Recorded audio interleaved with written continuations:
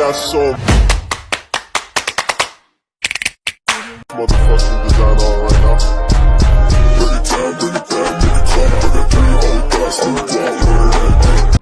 Assalamualaikum warahmatullahi wabarakatuh. Halo semua, perkenalkan saya Lintang Dwi Wulandari dengan nomor induk mahasiswa 22090-350-2236 dari kelas manajemen H.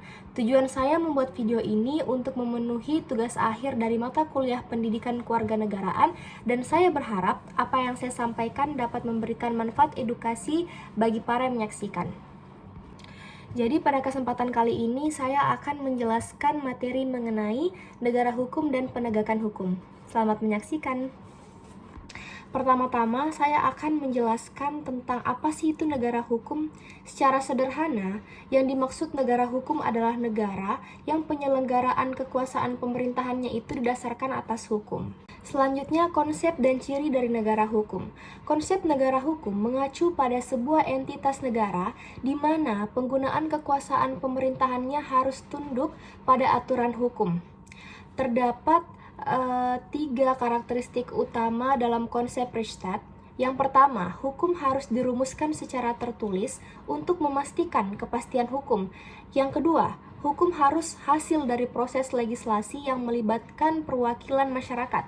Dan yang ketiga, hukum tertinggi dan prinsip-prinsip utamanya adalah keadilan, kepastian, kemanfaatan atau tujuan hukum yang harus diperhatikan dalam pelaksanaannya. Nah, menurut Frans Magnus Suseno pada tahun 1997, terdapat ciri-ciri negara hukum diantaranya yang pertama, fungsi kenegaraan dijalankan sesuai dengan Undang-Undang Dasar. Yang kedua, Undang-Undang Dasar melindungi hak asasi manusia yang paling penting. Yang ketiga, badan-badan negara beroperasi atas dasar hukum yang berlaku. Yang keempat, masyarakat dapat mengadukan tindakan badan negara ke pengadilan. Dan yang kelima, putusan pengadilan harus dilaksanakan oleh badan negara. Kemudian jenis-jenis negara hukum. Nah, terdapat 6 dari jenis-jenis negara hukum. Yang pertama, negara hukum Pancasila. Yang kedua, negara hukum konstitusional. Yang ketiga, negara hukum demokratis. Yang keempat, negara hukum Bhinneka Tunggal Ika. Yang kelima, negara hukum kesejahteraan. Dan yang terakhir, negara hukum Islam. Nah, selanjutnya kita akan membahas mengenai penegakan hukum. Indonesia adalah negara demokrasi karena rakyat memiliki kedaulatan tertinggi sesuai dengan Undang-Undang Dasar 1945 Pasal 1 Ayat 2.